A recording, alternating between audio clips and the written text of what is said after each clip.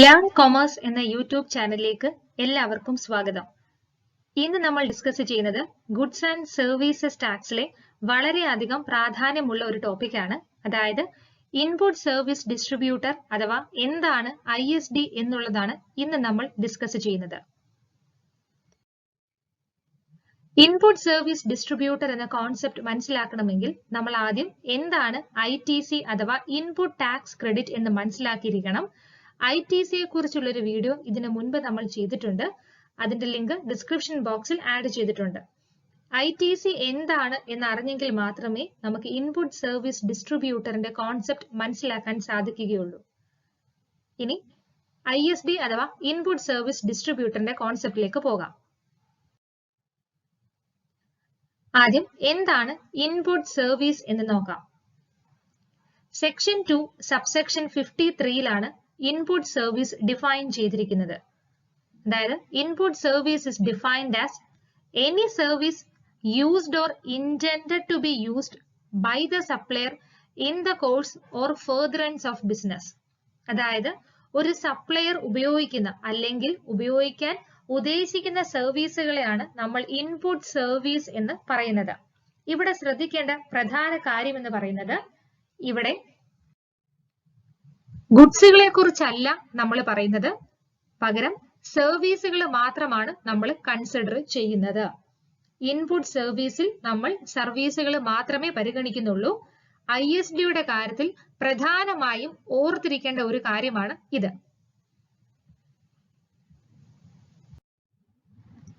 ഇനി ആരാണ് ഒരു ഇൻപുട്ട് സർവീസ് ഡിസ്ട്രിബ്യൂട്ടർ എന്ന് നോക്കാം.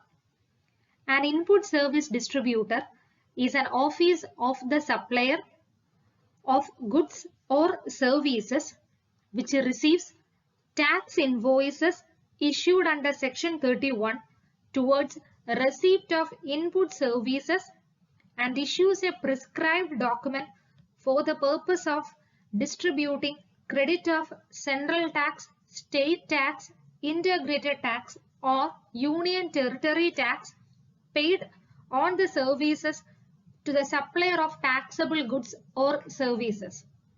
ഒരു ഇൻപുട്ട് സർവീസ് ഡിസ്ട്രിബ്യൂട്ടർ ആരാണ് എന്ന് സെക്ഷൻ 2 സബ്സെക്ഷൻ 61ൽ ഡിഫൈൻ ചെയ്തിട്ടുണ്ട്.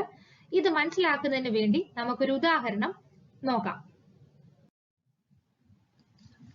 ഇൻപുട്ട് സർവീസ് ഡിസ്ട്രിബ്യൂട്ടറിന്റെ ഉദാഹരണം മനസ്സിലാക്കുന്നതിന് വേണ്ടി നമുക്ക് XYZ ലിമിറ്റഡ് എന്നൊരു മാനുഫാക്ചറിംഗ് കമ്പനിയെ പരിചയപ്പെടാം.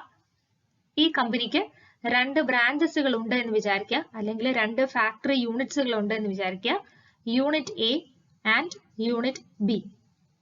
യൂണിറ്റ് A സിറ്റുവേറ്റ് ചെയ്യുന്നത് വഡോദരയിലാണ്. യൂണിറ്റ് B സിറ്റുവേറ്റ് ചെയ്യുന്നത് മുംബൈയിലാണ്. ഇവിടെ ശ്രദ്ധിക്കേണ്ടത് 2 യൂണിറ്റ്സും 2 വ്യത്യസ്ത സംസ്ഥാനങ്ങളിൽ അല്ലെങ്കിൽ 2 ഡിഫറെന്റ് സ്റ്റേറ്റ്സിലാണ് ലൊക്കേറ്റ് ചെയ്തിരിക്കുന്നത്. ഈ 2 യൂണിറ്റുകളും അതാത് സ്റ്റേറ്റിലാണ് GSTയിൽ രജിസ്റ്റർ ചെയ്തിരിക്കുന്നത്.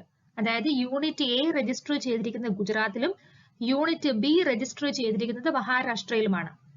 ഇനി XYZ ലിമിറ്റഡ് എന്ന കമ്പനിയുടെ ഹെഡ് ഓഫീസ് കേരളത്തിലാണ് എന്ന് വിചാരിക്കുക. ഇനി ശ്രദ്ധിക്കേണ്ടത് ഹെഡ് ഓഫീസ് ലൊക്കേറ്റ് ചെയ്യുന്നതാണ് കേരളത്തിൽ. അവിടെ മാനുഫാക്ചറിംഗ് പ്രോസസ് ഒന്നും തന്നെ നടക്കുന്നില്ല. അതേപോലെ തന്നെ പ്രോഡക്റ്റ് സെയിൽ ഒന്നും ചെയ്യുന്നില്ല.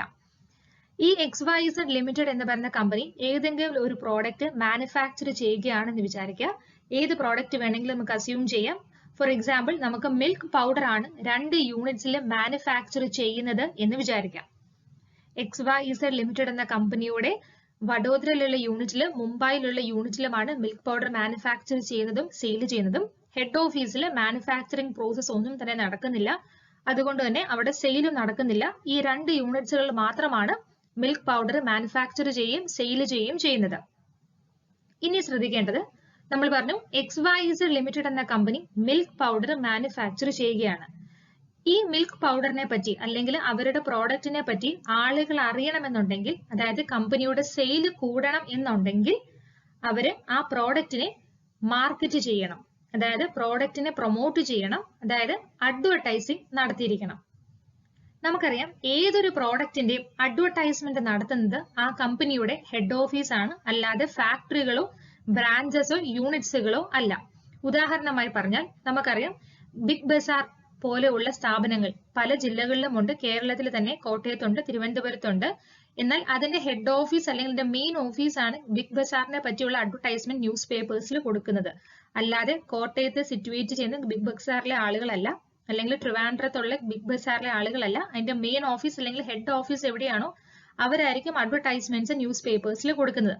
സോ ഒരു പ്രോഡക്റ്റിന്റെ അഡ്വർടൈസ്മെന്റ് ചെയ്യുന്നത് അതിന്റെ ഹെഡ് ഓഫീസാണ്.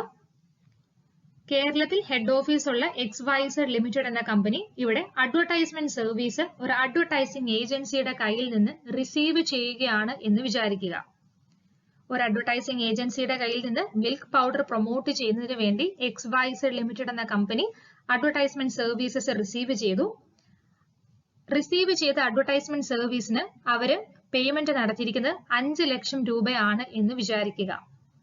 അതായത് അഡ്വർടൈസിംഗ് ഏജൻസിക്ക് XYZ ലിമിറ്റഡ് എന്ന് പറയുന്ന കമ്പനി പേയ്മെന്റ് നടത്തിയത് 5 ലക്ഷം രൂപയാണ്.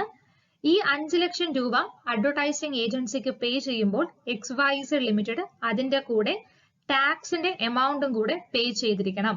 അത് നമുക്കറിയാം, നമ്മൾ കടയിൽ നിന്ന് ഒരു സാധനം മേടിക്കുകയാണെങ്കിൽ നമ്മൾ അതിന്റെ കൂടെ ടാക്സിന്റെ എമൗണ്ടും കൂടെ പേ ചെയ്യും. അതേപോലെ തന്നെ ഇവിടെ കമ്പനി അഡ്വർടൈസ്മെന്റ് സർവീസ് റിസീവ് ചെയ്തു, അതിന്റെ പേയ്മെന്റ് നടത്തുമ്പോൾ ടാക്സിന്റെ എമൗണ്ട് കൂടെ പേ ചെയ്യേണ്ട ആവശ്യമുണ്ട്. ഇവിടെ 50,000 രൂപയാണ് ടാക്സിന്റെ എമൗണ്ട് ആയിട്ട് പേ ചെയ്തത് എന്ന് വിചാരിക്കുക. XYZ ലിമിറ്റഡ് എന്ന ഈ മാനുഫാക്ചറിംഗ് കമ്പനി ടാക്സിന്റെ എമൗണ്ട് പേ ചെയ്യുമ്പോൾ, അതായത് 50,000 രൂപ പേ ചെയ്യുമ്പോൾ കമ്പനിക്ക് ക്രെഡിറ്റ് ക്ലെയിം ചെയ്യാവുന്നതാണ്. അതായത് ഇൻപുട്ട് ടാക്സ് ക്രെഡിറ്റ് കമ്പനിക്ക് ക്ലെയിം ചെയ്യാവുന്നതാണ്. എന്താണ് ഇൻപുട്ട് ടാക്സ് ക്രെഡിറ്റ് എന്ന് നമ്മൾ ഓൾറെഡി പറഞ്ഞിട്ടുണ്ട്. അതായത് ഇൻപുട്ട് ടാക്സ് ക്രെഡിറ്റ് എന്ന് പറഞ്ഞാൽ at the time of paying tax on sales you can reduce the tax you have already paid on purchases. ഇവിടെ 2 വേർഡ്സ് ഹൈലൈറ്റ് ചെയ്തിട്ടുണ്ട്, സെയിൽസ് ആൻഡ് പർച്ചേസസ്. ITC എന്താണ് എന്നുള്ളത് മുൻപത്തെ വീഡിയോയിൽ നമ്മൾ വിശദമായി പറഞ്ഞിട്ടുണ്ട്. നമ്മൾ പർച്ചേസ് ചെയ്യുന്ന സമയത്ത് ടാക്സിന്റെ എമൗണ്ട് പേ ചെയ്തിട്ടുണ്ടെങ്കിൽ സെയിൽ നടക്കുമ്പോൾ നമ്മൾ പേ ചെയ്ത ടാക്സിന്റെ എമൗണ്ട് നമുക്ക് തിരിച്ച് ക്ലെയിം ചെയ്യാവുന്നതാണ്, അല്ലെങ്കിൽ ക്രെഡിറ്റ് അവൈൽ ചെയ്യാവുന്നതാണ്. അതിനാണ് ITC എന്ന് പറയുന്നത്. നമ്മുടെ എക്സാമ്പിളിൽ XYZ ലിമിറ്റഡ് എന്ന മാനുഫാക്ചറിംഗ് കമ്പനി ഒരു അഡ്വർടൈസിംഗ് ഏജൻസിയുടെ കയ്യിൽ നിന്ന് അഡ്വർടൈസ്മെന്റ് സർവീസസ് റിസീവ് ചെയ്തിട്ടുണ്ട്. അതായത് പർച്ചേസ് എന്ന് പറയുന്ന പോർഷൻ ഇവിടെ നടന്നിട്ടുണ്ട്.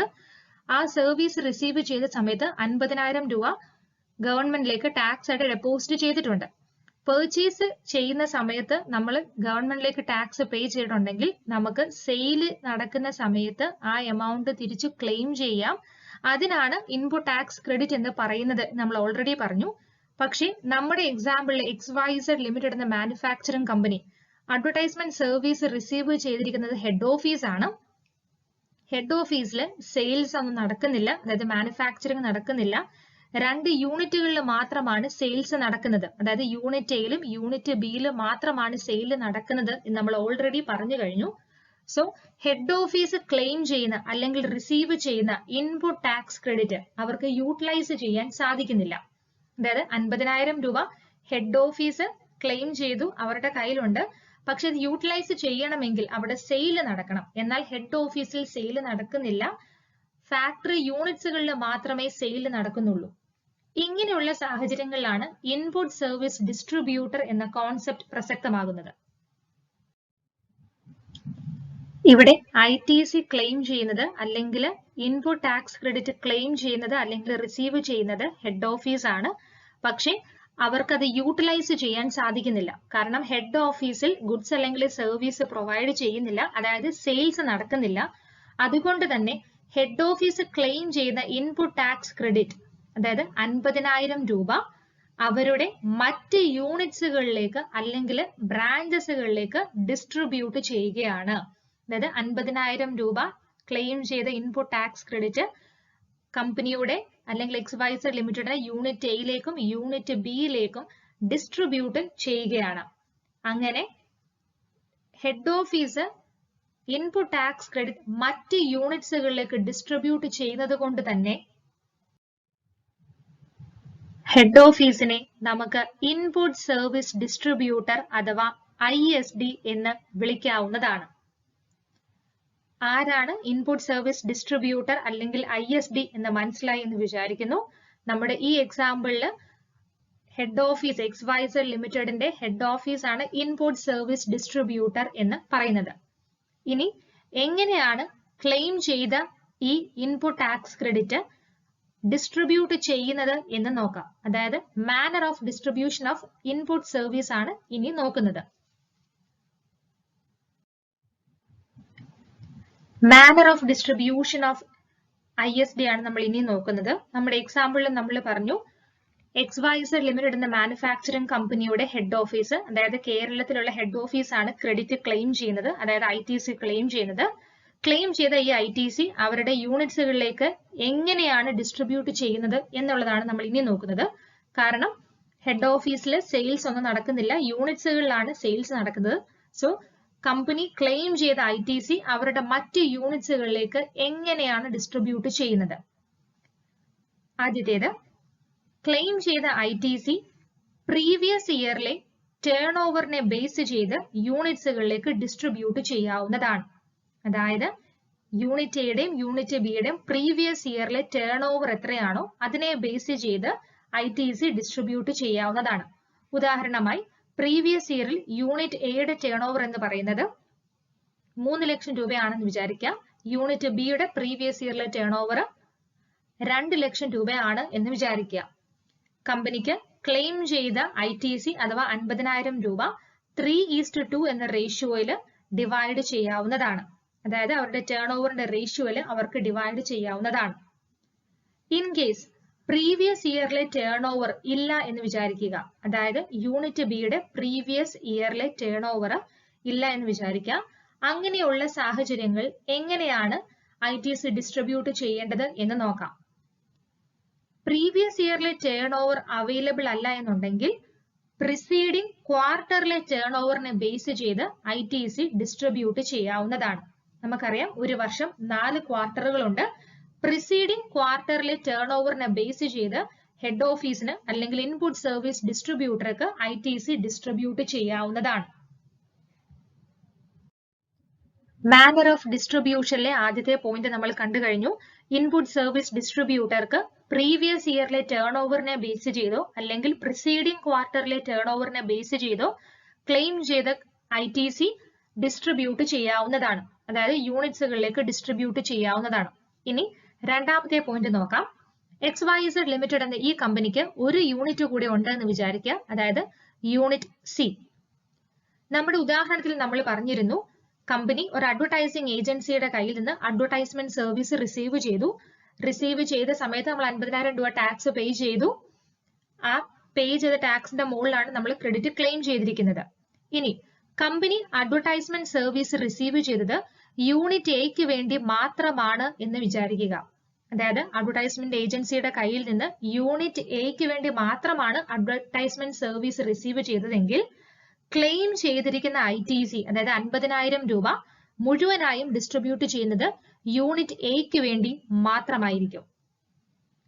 ഇനി അഡ്വർടൈസ്മെന്റ് ഏജൻസിയുടെ കയ്യിൽ നിന്ന് അഡ്വർടൈസ്മെന്റ് സർവീസ് റിസീവ് ചെയ്തത് യൂണിറ്റ് എക്കും യൂണിറ്റ് ബിക്ക് വേണ്ടി മാത്രമാണ് എന്നുണ്ടെങ്കിൽ 50,000 രൂപ യൂണിറ്റ് എക്കും യൂണിറ്റ് ബിക്കും കൂടെ ഡിസ്ട്രിബ്യൂട്ട് ചെയ്യും.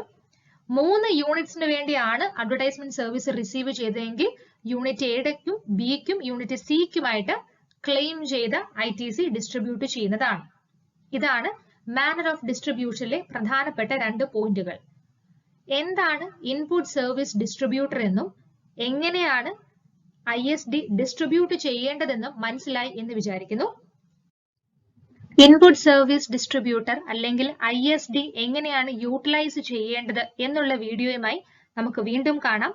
ഈ വീഡിയോ നിങ്ങൾക്ക് ഇഷ്ടപ്പെട്ടു എന്നുണ്ടെങ്കിൽ ലൈക്ക് ചെയ്യുക, ഷെയർ ചെയ്യുക, സബ്സ്ക്രൈബ് ചെയ്യുക. Thank you.